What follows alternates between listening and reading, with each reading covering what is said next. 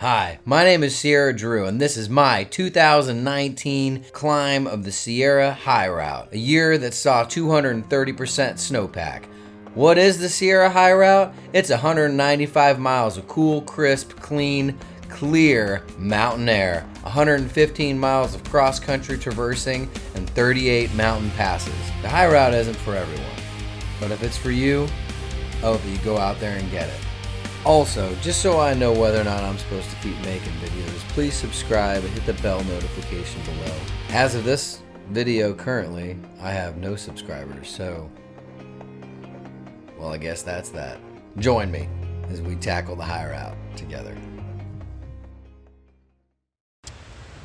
I stayed down the Palisade Lakes.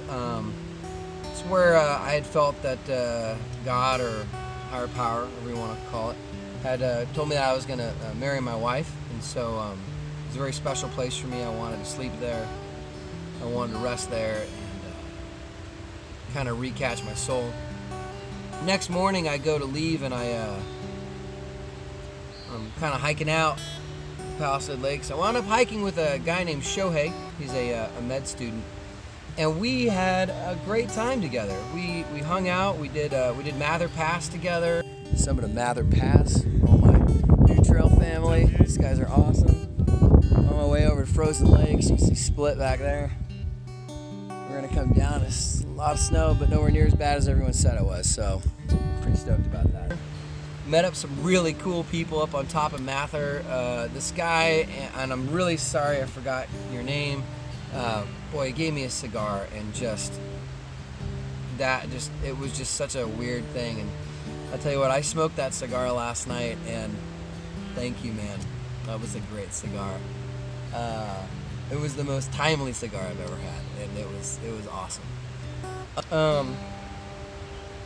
So after coming down Mather, said goodbye to Shohei and went off to Frozen Lake Pass.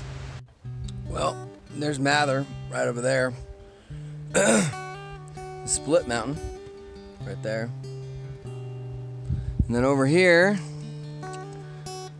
Frozen Lakes Pass, right there.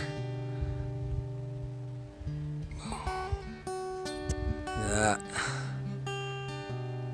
Pretty exciting, actually. My plan is to go up the snowfield here, and then kind of stay between the snow and the rocks to the top. It doesn't look super tall. It's kind of like Snow Tongue, just gotta kind of getting there is the hard part. I just hiked with Shohei, med student. Cool guy, a lot of fun. Chatting with him coming up Mather Pass. He shared some bacon with me that he found in a hiker box, so cheers, Shohei. That was some good stuff. I met another guy, he gave me a cigar, my godson. And boy, I wish I could remember his name, but bro, if you're watching this video, thank you. I can't wait to smoke that cigar when I get down to Kings Canyon. This is Frozen Lakes followed by red, white, and gray passes. And the labyrinth that is after Lakes Basin. The last big parts of the high route. I'm getting excited. It's 10:30. My goal was to be on top of Frozen Lakes by 2:30. Wow. My lips are so sunburned. I fell asleep last night and they actually stuck together. It's like somebody sewed my mouth shut or something. It hurt really bad.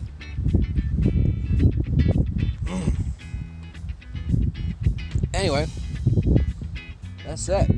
You'll probably see some more of it on the way up. And yeah,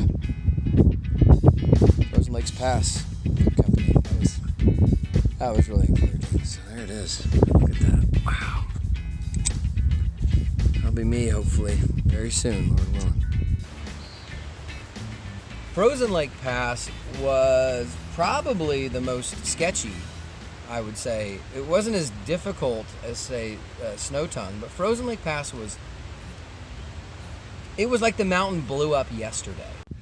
Going up Frozen Lakes Pass, and I was hoping to get lucky, find a rock band or something. But honestly, these rocks here, every single one I've stepped on is rolled, so I think I'd skip the rock band even if I had one. That being said, I think it's just a march up the face. It's like 400 feet. Basically 20 minutes of just pushing. But I think that's the better way to go about it. Screw the rocks and just... Sometimes on the high route, it's better to just like say, screw it and just opt for suffering. And just be like, this is gonna suck and I'm just gonna do that and that's gonna be cool. And then I'll have a great story to tell about the time that I froze my feet over Frozen Lakes Pass. Yeah, there you go. So I'm gonna just march right up that face. But yeah. Every rock I stepped on rolled underneath me. No matter what size it was. Giant boulders like shook when I would walk on them. I mean, it was just a lot of work. And the hard thing for me, really the hard thing for me about Frozen Lake Pass was that I encountered someone else's footprint. Going up Frozen Lakes, and what do I see? Boot tracks. These are the first legitimate tracks that I have seen from this year. Really legitimate. So somebody else is out there doing it. Awesome. And that was disappointing. Very hard for me to have that happen. I really wanted to do the entire trip, blazing my own trail the entire way. I got pretty close though. I did get pretty close. A day and a half away. So I get up to Frozen Lake Pass, and that was wonderful.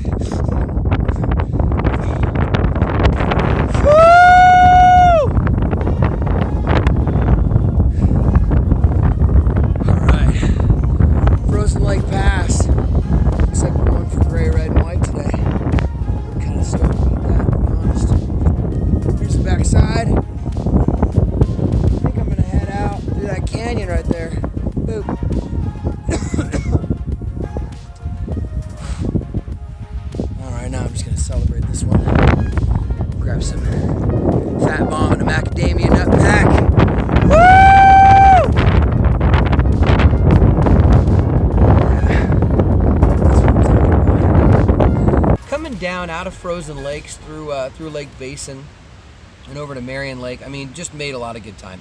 That area, if you ever want to see just beautiful lakes, it takes a little bit of work. By a little bit of work, I mean if you were to get there from the Kings Canyon side, it'd be over 8,000 vertical feet of climbing and down climbing to be able to get there. But hey, Marion Lake, outstandingly beautiful. Coming out of Marion Lake, though, coming up Red Pass, I was really doing great. I mean, I was feeling good. I was feeling healthy. I was feeling amazing.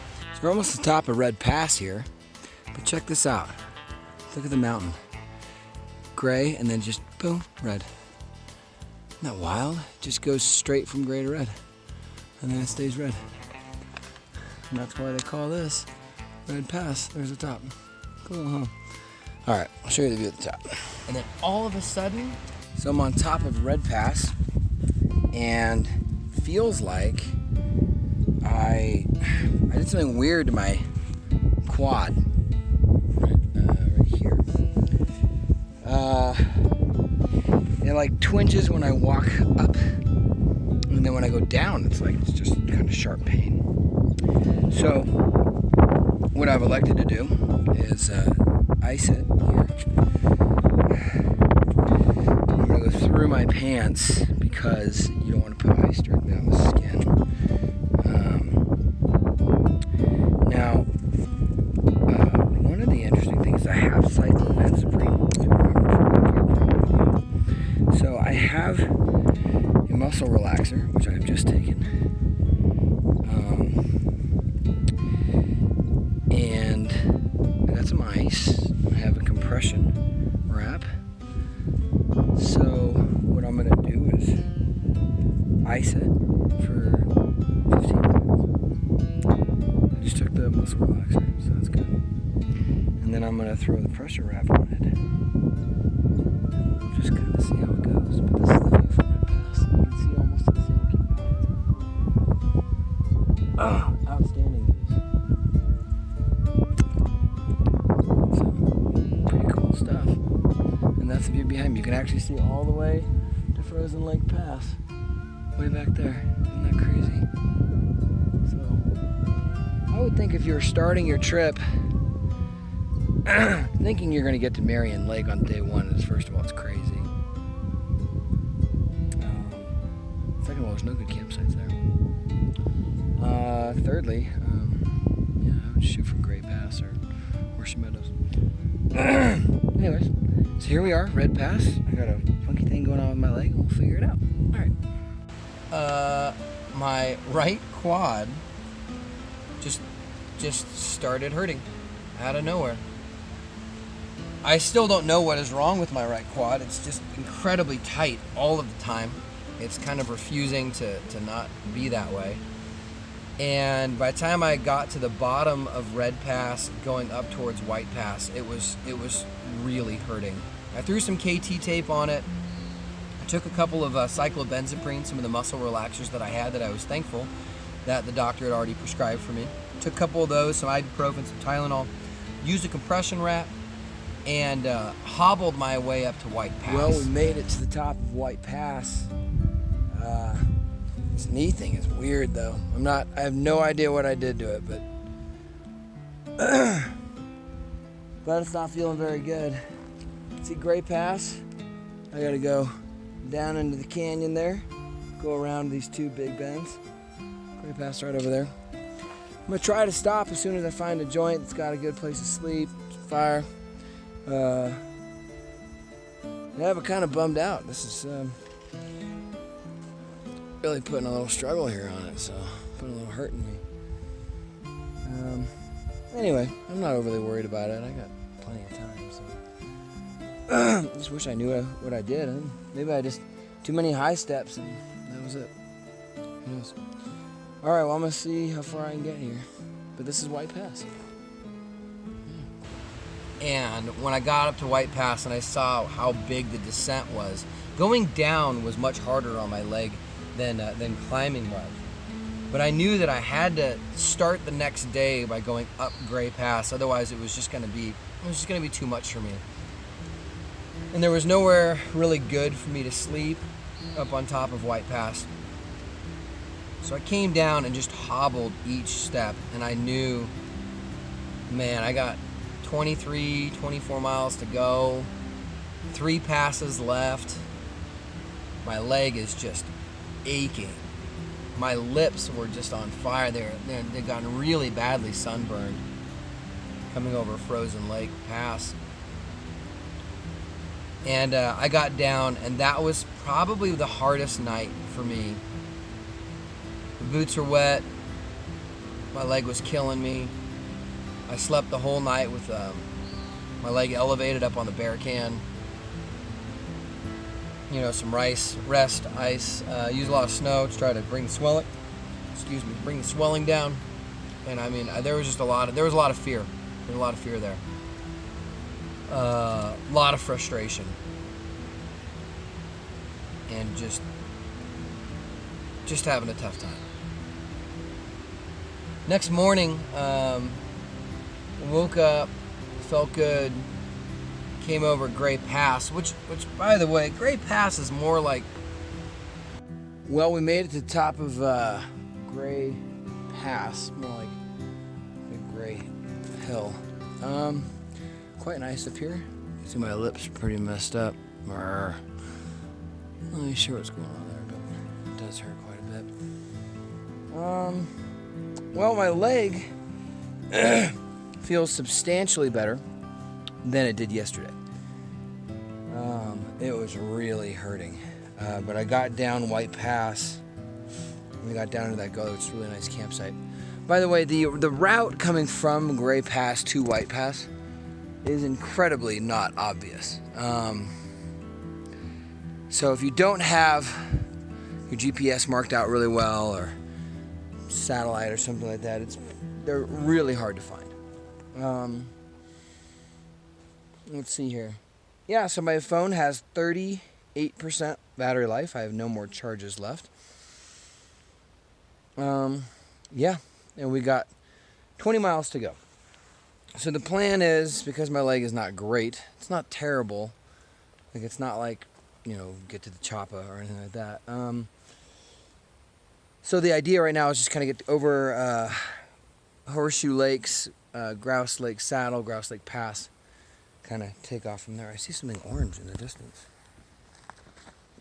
Oh, squirrel. What is that? Oh, another balloon. Picked up so many balloons on this trip. So, yeah, so that's the plan. And we just got to get down to Horseshoe Lakes and then get into that valley and get up on Goat Crest and Saddle and Grouse Lake Pass. That's it. It's better to say hike along Windy Ridge. Technically, that's the name of it, is Windy Ridge. And then Gray Pass is like a subsection below Windy Ridge. But I made really good time. And apparently there were actually a lot of trails coming up out of Horseshoe Meadows, Horseshoe Lakes, and just made exceptional time. All right, well, we made it to the Horseshoe Lakes trail there. So it's gonna take me that way around this canyon. And then the route is gonna take me through this canyon right there, right? It's gonna take me like that way. So, pretty stoked. My leg is holding up okay. Definitely wouldn't want to do another week on it, but I can do 1 or 2 days.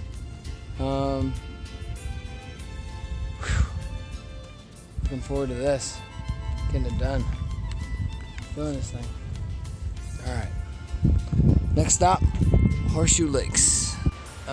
Especially considering my leg. And my leg had felt really good. Felt just fine. And I came up to Goat Crest Saddle. First rainstorm I've seen all year. Look at that. It's coming up there too. I got a boogie, boogie, boogie. Boogie, boogie, boogie. Which is really pretty. Really nice up there. And as soon as I got to the top of Goat Crest Saddle, I could see some black clouds in the horizon. I knew they were coming.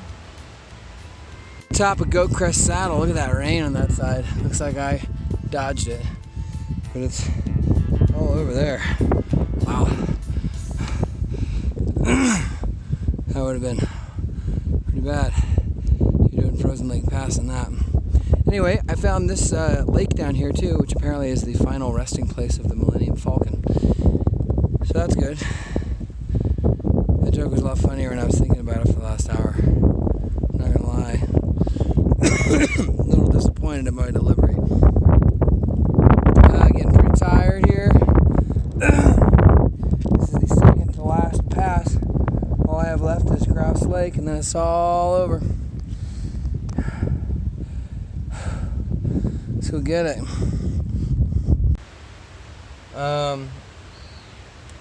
Coming down Goat Crest Saddle was really where I had my spiritual moment. I think in all these trips you have those moments, typically towards the end, and I really felt God kind of show up. The lover of your soul, he's at the door. So fling wide, fling wide, fling wide. Fling wide, fling wide the door of your heart and let him in. There you go. That's like an Armenian call to worship. I don't have much battery life, so I gotta go. Alright. That's what God gave me. Okay. And I felt him walking next to me. my leg was hurting, and I was trying to, and I knew that I could hear thunder, see lightning. I knew it was coming. And I climbed up and over the final pass, Grouse Lake Pass. I climbed it, and I got some pictures that are pretty great. But yeah, the thunder was there, the lightning was there, the storm, the rain. It showed up in full force, and my leg was hurting so bad. I got down to the lake and just decided to fully med up. So I took a Provigil, which is the anti-fatigue medication. Took a dexamethasone, which is anti-inflammatory. Took 2 muscle relaxers, 3 ibuprofen, 2 Tylenol. Just pumped myself up as much as I could get it, and hurried down the mountain. What? Thunderstorm is right overhead. Just got off the ridge in time. It's raining, but we're okay. Found the trail. This is it. Copperhead Trail. It's gonna lead me home. This is big booming thunder though. I'm gonna cut the tail end of that. Thanks. Alright, well I got 8% battery life on my phone. Got a gazillion mosquitoes. Apparently they like the rain. It's dark. And let's see what we got here. Come on, can we get there? Can we get there? Yeah. It is dark. And I am officially wearing sunglasses. 50K.